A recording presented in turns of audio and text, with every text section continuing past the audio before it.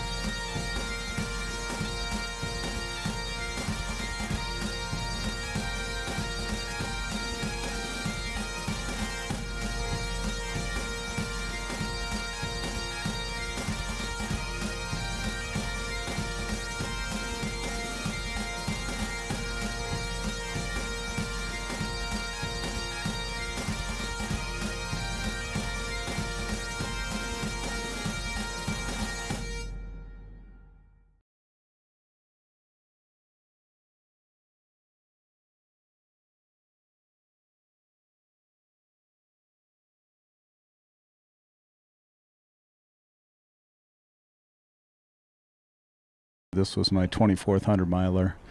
The interesting part is the challenges, mental issues, hitting down in the dumps. You go through highs and lows. Sometimes you feel great, other times you feel horrible. And it's just knowing that you can get through that stuff. Because when you're out there for all night long, there's many times where you think, oh, I can't finish this thing. But you do. And you can. In my case, I've done a lot of them, so I know I can. Because I've done, but at that point in time, you're doubting yourself. So it's really the strength to know that, yeah, you can do it. You just got to stick with it. Just because it's such a big personal challenge, I just feel like there's so many things to learn about yourself and discipline, and that way you can apply it to your own personal life. It's a way that you can really push yourself to the limit. That you're not able to do sort of in regular life, I guess. I can't do it all the time, but once or twice a year I like to just kind of see what I'm made of, I guess. It seems like a long way. It is a long way, and it feels like it. You have to really kind of break the race apart a little bit, or else it's a little overwhelming to think of just 100 miles. I did kind of a combination of I have a drink that has about 200 calories per bottle that I used for a while. I used energy gels, and then I ate real food. I have to really kind of mix it up. I find if I do kind of one thing, I really burn out on it. But I also find that about mile 50 and on, it's hard to get anything in. Your stomach's just kind of over it. So anything I can get in, I just try. You realize the importance that you need the calories, but it really doesn't sound fun to put them in. All I'm really thinking about is getting from aid station to aid station, which is anywhere from 4 to 7 miles apart. So I really kind of focus in on that, and I know the time that I'm trying to hit to do that. And yeah, that kind of keeps me keyed up, and I don't really let my mind wander a ton, I guess. You get nervous about it for sure. They do a good job of marking the course, but I would say it is more of a minimally marked course than some. So all the junctions were definitely marked, but you have to pay attention. I mean, it is definitely, I think they say it's not a yellow brick road. So it's an adventure out there. So you do have to be aware of your surroundings. You need to have a general knowledge of the course. And, when you see ribbons, you need to just pay attention and make sure you're going the right way. So I had a couple moments where I got a little scared. Well, I've always been the type to try to raise the bar, and I've been running for about 13, 14 years now. I started with 5Ks, and I moved on to marathons, and got to a point where I was just looking for the next big thing, and I feel like the 100-mile race is it. And what better place to do it than out here in this kind of challenging territory and challenging terrain. This is the hardest 100 that I've done. This is my 7th one now, and this is definitely the hardest and the most challenging. Something that makes you really successful in 100 is being able to concentrate on one thing for a long period of time. And I think as you get older, you learn to be able to concentrate better. And I think for me, I've lived the kind of lifestyle where I've done a lot of things where I feel like it's required a lot of concentration for long periods of time, long drives, anything that takes a long time really is preparation for 100 in my mind. I think, yes, it's a physical challenge, but there's also the mental aspect of keeping on task for such a long time. And I think a lot of young people, I agree, don't have that. I think for me, growing up, I think a lot of things that I've done in the past, I just sort of have that mindset, I think, but it is tough for a younger person. Well, I go from aid station to aid station, really, and the aid stations are good markers because you kind of know how far apart they are and you can kind of gauge your pace. But a lot of it, too, is not being too focused on the next thing, because if you think too hard about the next thing, you're going to freak yourself out. So there's sort of a balance between being aware of where you are, but at the same time being disconnected enough that you're not panicking. Because a 100-mile race, honestly, is to think about it all at once it's just impossible for anybody, really. And the only way you can do it is to not even think about running a 100-mile race, but just running this next section of trail, or just enjoying the view. And you find different things throughout the race to appreciate. And I really just appreciate the entire experience, I think, and that's what's made me successful. In a 100-mile race, so many things are going to happen, and there's no way to predict. You could twist an ankle. You get sick to your stomach. It could start raining, lightning, thunder. Any number of things that you can't predict can go on, and it's not a matter of what happens or doesn't happen. It's how you deal with what happens. And I think, the way I've lived my life too has been, dealing with what happens. And I think a 100-mile race is it's a great venue to be able to test yourself in that sense. If something goes wrong, today I sprained my ankle at about, maybe mile 70 or so, and I ran the last 30 miles on a sprained ankle. So, I didn't know that was going to happen, but I think, having done that now, I have that experience, and, it wasn't necessarily a pleasurable experience, no, but, now knowing that I can do that, that's something meaningful to me, and you get things out of the race that you don't even know you're going to get from the beginning. I run 100s because it was kind of the next step for me. I've done some 50-milers, some 100Ks, and the 100-miler distance was the next in line to try to accomplish. And so for me, it's about being out in the backcountry, running trails, and seeing all the scenery. It's also, for the challenge of it and just the physical exercise of it. It makes me feel good. 100s can be a bit infectious, so I run them because it's bar none the greatest challenge that I've ever come across, and fulfilling accomplishment, that's for sure. But you get to spend a whole day out in a 5-star forest like this, nothing's better, and you're well taken care of, and running with a whole bunch of great friends. When I'm out there, the pride and the ego kind of melt away, and you really get to the bottom of things, struggles that you're going through, and it's time. You see a lot of great things, you meet a lot of great people, and it's an experience you can't really explain because, this was my first one, and I was blown away by what I experienced. I remember telling my pacer that I would rather be out here at 1 a.m. doing this and experiencing this than being in my comfortable bed. And I meant it. That's the great thing about ultra running is you don't have to be a superb athlete to run 100 miles. You just simply have to train and build up to it. Aside from normal physical limitations, pretty much anybody could do it if they really want to. I'd love to be able to do this for as long as I can. In fact, there's a lot of old-timer studs out there that do this stuff, We're all just crazy, Started out running 5Ks and 10Ks and worked up, I do 100 milers because it's a great combination of two of my passions, and that's running and being in the mountains. Well, I ran marathons for a while, and I found that I was always too tired to get to the mountains. And then my wife suggested, well, why don't you run ultras, trail ultras, where you can run and be in the mountains. And it just kind of evolved from there. I did the White River 50 miler and swore I'd never run another one. But a week later, I was, online looking for the next race, and it ended up being Western States down in California. And it was just a great day for me. Everything went well. You finished. And I finished well. And I'd been bitten by then. So from then it's been sort of one every year. I'll probably take 2 or 3 days off. And then, start jogging, do a little bit of light weights, stretching, get on a bicycle, and then probably a couple of weeks until I'm back into training normally again. There's this argument that, humans only have so many miles in them, and the quicker you burn them up, the sooner you're going to start having problems. But I think it's the other way around. I think the more you run, the more your body adapts, and it's able to run a lot more. We have an interesting story in our family. I don't know if you know the story of Captain Scott, the English explorer, who was, he was tried to be the first one to the South Pole.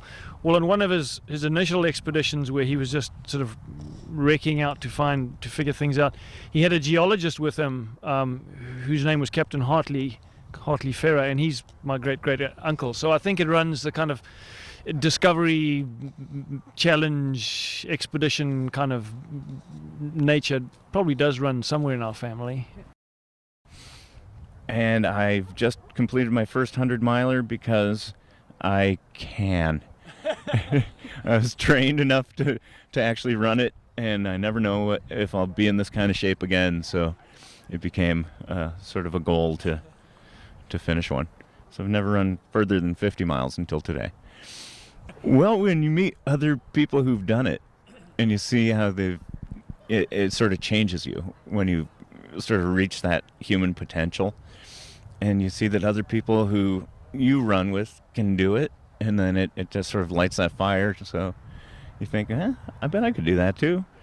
It's a combination. It's definitely a combination, mind, body, and stomach, because you have to eat a lot of food and you have to keep a lot of food in to really finish. Because if you don't have enough food and water, then your mind just starts to leave you, and then it takes your body with you. So if you're fed and hydrated, then everything works. I do the 100-mile race. Because I have nothing better to do for 24 hours. No, this is my third 100. My first one was the Cascade Crest last year. And, yeah. And I finished a little bit over 24 hours. And it was really painful at the end. This year it went a lot smoother. I actually got sleepy early in the race, which is kind of funny.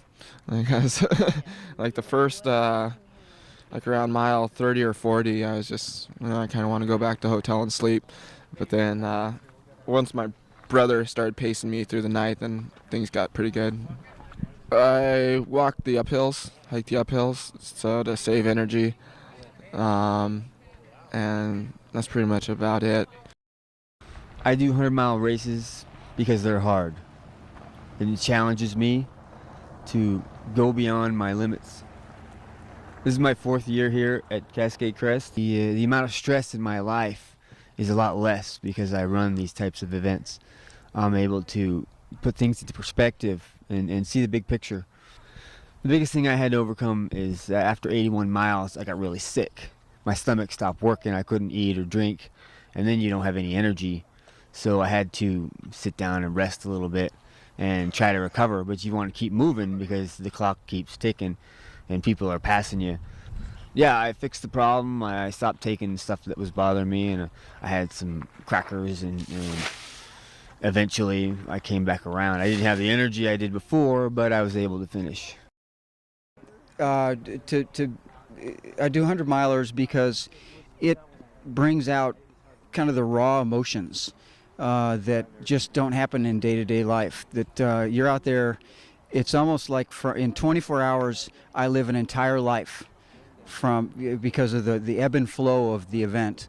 The emotions just go real high, real low, get excited, get down, and there's just a certain amount of excitement and thrill that comes out of experiencing all that in 24 hours.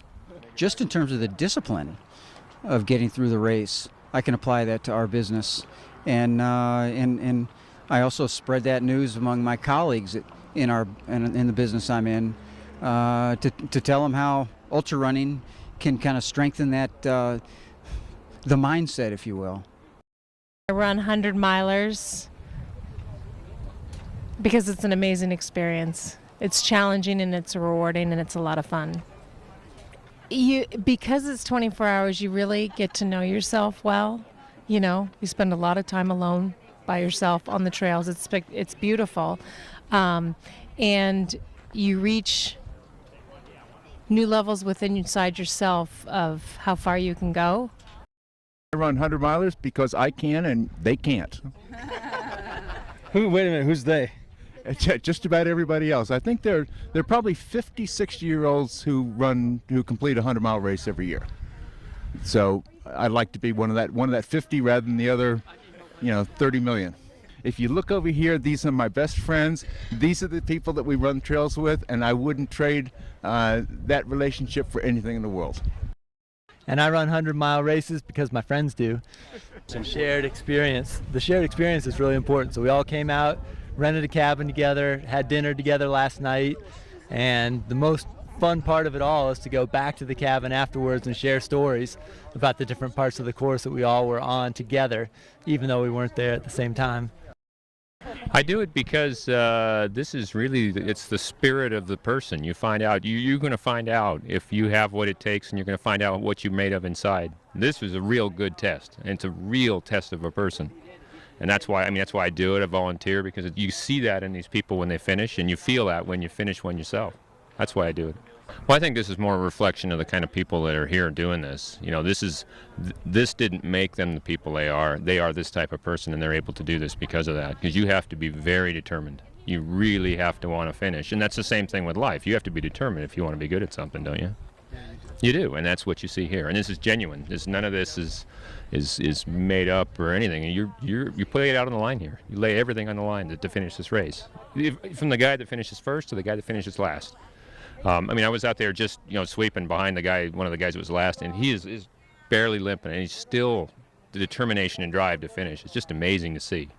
And he probably won't finish, but it doesn't stop him. He still wants to try, and you see that all levels in this race, and that's why I do this. You get to see it's like the human element. You see that part of it, and it's natural. This is nothing's made up, nothing's fake, nothing's phony. It's inside. It's not a physical thing. They don't all look the same. They don't all act or talk the same. It's what's inside that counts. This is what determines whether you're going to finish. I like the challenge. I like the mental challenge, the physical challenge, and I'm just at the beginning of running hundreds. I want to continue running them. I enjoy doing the 100-miler races because each time I discover something unique about myself when I'm out there racing, and it's really a race about personal discovery and pushing limits for yourself. And in this one, it was great because it was actually a group of us friends doing it all together too, and many of them for their first time. So it was a great shared experience among friends that's very unique. I think the statistic is somewhere around maybe 1 in 300,000 people run one of these races.